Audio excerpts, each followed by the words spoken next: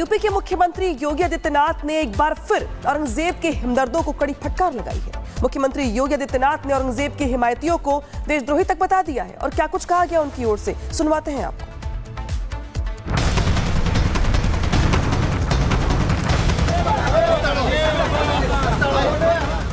जिस औरंगजेब की 1707 में मृत्यु हो गई थी, वही औरंगजेब 318 सालों बाद फिर सियासत में जिंदा हो गया। औरंगजेब की कब्र पर मची सियासत को देखकर ऐसा लगता है कि औरंगजेब ने इतिहास से निकलकर वर्तमान में जगह बना ली है। औरंगजेब की कब्र पर ऐसा कोहराम मचा कि एक तरफ औरंगजेब के हिमायती हैं तो दूसरी तरफ औरंगजेब को क्रूर शासक बताने वाले लोग। और औरंगजेब को क्रूर आक्रांता बताने वालों में यूपी के मुख्यमंत्री योगी आदित्यनाथ का नाम भी शामिल है।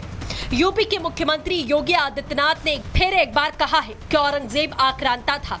सीएम योगी आदित्यनाथ ने कहा कि किसी आक्रांता का महिमा मंडन करना देशद्रोह है और भारत किसी देशद्रोही को स्वीकार नहीं कर सकता। सीएम योगी आदित्यनाथ ने कहा कि औरंगजेब ने भारतीय संस्कृति को रौंदने का काम किया और ऐसे आक्रांता का महिमा मंडन करना ठीक नहीं है। आक्रांता का महिमा मंडन का मतलब देशद्रोह की नींव को पुख्ता करना और स्वतंत्र भारत ऐसे किसी देशद्रोही को स्वीकार नहीं कर सकता है। औरंगजेब वो मुगल शासक है जिसे इतिहास में सबसे क्रूर मुगल शासक बताया गया। कहा जाता है कि औरंगजेब ने 1000 से ज्यादा मंदिर तोड़कर मस्जिदें बनाई। काशी विश्वनाथ मंदिर को तोड़ा, सोमनाथ मंदिर को तोड़ा, मथुरा श्री कृष्ण जन्मभूमि पर कब्जा करके वहां मस्जिद बनवाई। लेकिन अखिलेश यादव के नेता और महाराष्ट्र सपा अध्यक्ष अबू आजमी को औरंगजेब में कोई बुराई नजर नहीं आती है। अबू आजमी तो औरंगजेब का ऐसा महिमा मंडन कर चुके हैं कि महाराष्ट्र के संभाजी नगर में बनी औरंगजेब की कब्र का नामो निशान मिटाने की मांग उठ रही है। औरंगजेब इन दिनों देश की सियासत का सबसे हॉट टॉपिक बन चुका है। बीजेपी और शिवसेना शिंदे गुट औरंगजेब की कब्र हटाने की मांग कर रहे हैं, तो समाजवादी पार्टी, कांग्रेस, शिवसेना, उद्धव गुट बीजेपी पर असली मुद्दों से ध्यान भटकाने का आरोप लगा रहे हैं। वहीं हिंदूवादी संगठनों का पारा अलग हाई है। हिंदू संगठन धमकी दे रहे हैं कि वो औरंगजेब की कब्र हटाकर ही दम लेंगे। तो विवाद बढ़ता देखकर पुलिस भी मुस्तैद है। जिस तरह से विवाद बढ़ा है, उसके बाद संभाजीनगर में औरंगजेब की कब्र की सुरक्षा और बढ़ा दी गई है। Bureau report, Republic Bharat. वहीं उत्तर प्रदेश में विधायकों के काफिले की गाड़ियों पर लगे सचिवालय पास अब रद्द होने जा रहे हैं। विधानसभा अध्यक्ष सतीश महाना ने निर्देश दिए हैं कि अप्रैल के अंत तक जारी सभी तरह के पास रद्द कर दिए जाएंगे।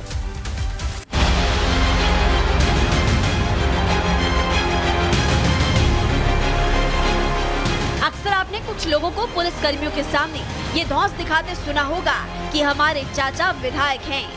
मेरे को गिरफ्तार कर रहे हो, मोटर व्हीकल एक्ट के तहत मेरे को गिरफ्तार कर रहे हो, ये बताओ। चालान करूंगा मोटर व्हीकल चालान के खिलाफ आप मेरे को गिरफ्तार मैं करूं, मैं नहीं रहूंगा। आपने सड़कों पर उन गाड़ियों को फर्राटा भरते भी देखा होगा जिसमें पीछे विधायक लिखा होता है। गाड़ियों पर हूटर लगा होता है और गाड़ियां सर पर तेज आवाज में ऐसे बगल से निकलती है जैसे मानो कोई फाइटर जेट निकला हो। लेकिन अब विधायक के स्टिकर वाली गाड़ियां आपको ज्यादा देखने को नहीं मिलेगी, क्योंकि फर्जी स्टिकर वाली गाड़ियों पर रोक लगाने के लिए यूपी विधानसभा अध्यक्ष सतीश महाना ने बड़ा फैसला किया है। नए आदेश के तहत यूपी में विधायकों के काफिले की गाड़ियों पर लगे पास अब रद्द होने जा रहे हैं। पहले से जो पास जारी किए गए हैं वो सभी 30 अप्रैल तक निरस्त किए जाएंगे। अब विधायकों को सिर्फ 2 रेडियो फ्रीक्वेंसी आइडेंटिफिकेशन यानी कि RFID पास ही मिलेंगे। RFID कार्ड का उपयोग उन जगहों पर किया जाता है जहाँ किसी व्यक्ति को ट्रैक करना हो और पहचानना हो। अब QR कोड की तरह ही RFID कार्ड से पहचानना आसान होगा कि गाड़ी विधायक की है या नहीं। दरअसल ये फैसला विधानसभा की सुरक्षा को देखते हुए लिया गया है। खबर है कि कुछ दिनों पहले विधानसभा में विधायक के स्टिकर वाली गाड़ी पकड़ी गई थी, जिसमें फर्जी स्टिकर लगा था और वो विधायक के काफिले में शामिल गाड़ी थी। इसलिए विधानसभा की सुरक्षा को देखते हुए तय किया गया कि अब केवल 2 RFID पास ही जारी होंगे, ताकि सचिवालय पास का दुरुपयोग ना हो। इसके अलावा उन गाड़ियों पर भी लगाम कसने की तैयारी है जो लोग अपनी गाड़ी पर विधायक का फर्जी स्टिकर लगाते हैं और फिर पूरे शहर का चक्कर काटते हैं। कभी ओवर स्पीडिंग करते पकड़े जाने पर पुलिस कर्मियों से भिड़ जाते हैं, तो कभी टोल मांगने पर टोल कर्मियों से गाली गलौज और बहस करते हैं। नियम तो ये है कि जो विधायक की गाड़ी है केवल उसी पर सचिवालय पास लगाने की इजाजत होती है। जब विधायक खुद गाड़ी में यात्रा करते हैं तो उनका टोल टैक्स नहीं लगता है, लेकिन जब वो गाड़ी में नहीं होते तो टोल टैक्स देना पड़ता है। लेकिन इस पास का सालों साल कुछ लोग दुरुपयोग कर रहे थे, जिसके बाद विधानसभा अध्यक्ष ने फैसला किया कि सभी तरह के पास ही रद्द कर दिए जाएंगे और जब विधायकों को 2 से ज्यादा सचिवालय पास नहीं मिलेंगे तो इनका दुरुपयोग भी नहीं होगा। Bureau report, Republic Bharat. और यूपी में अपराधियों को सबक सिखाने के लिए लगातार ऑपरेशन क्लीन जारी है। हाफ एनकाउंटर के तहत गौकशी, धोखाधड़ी, चोरों पर लगाम लगाने के लिए तमाम कोशिशें की जा रही हैं। अपराध के खात्मे के लिए आज भी ताबड़तोड़ कई एनकाउंटर किए गए हैं, जिसके बाद करीब 10 बदमाश गिरफ्तार किए गए हैं। रिपोर्ट दिखाते हैं।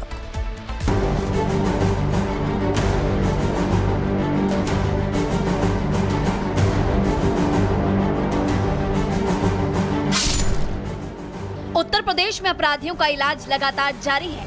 अपराध मुक्त प्रदेश बनाने के लिए लगातार अपराधियों की कमर तोड़ी जा रही है।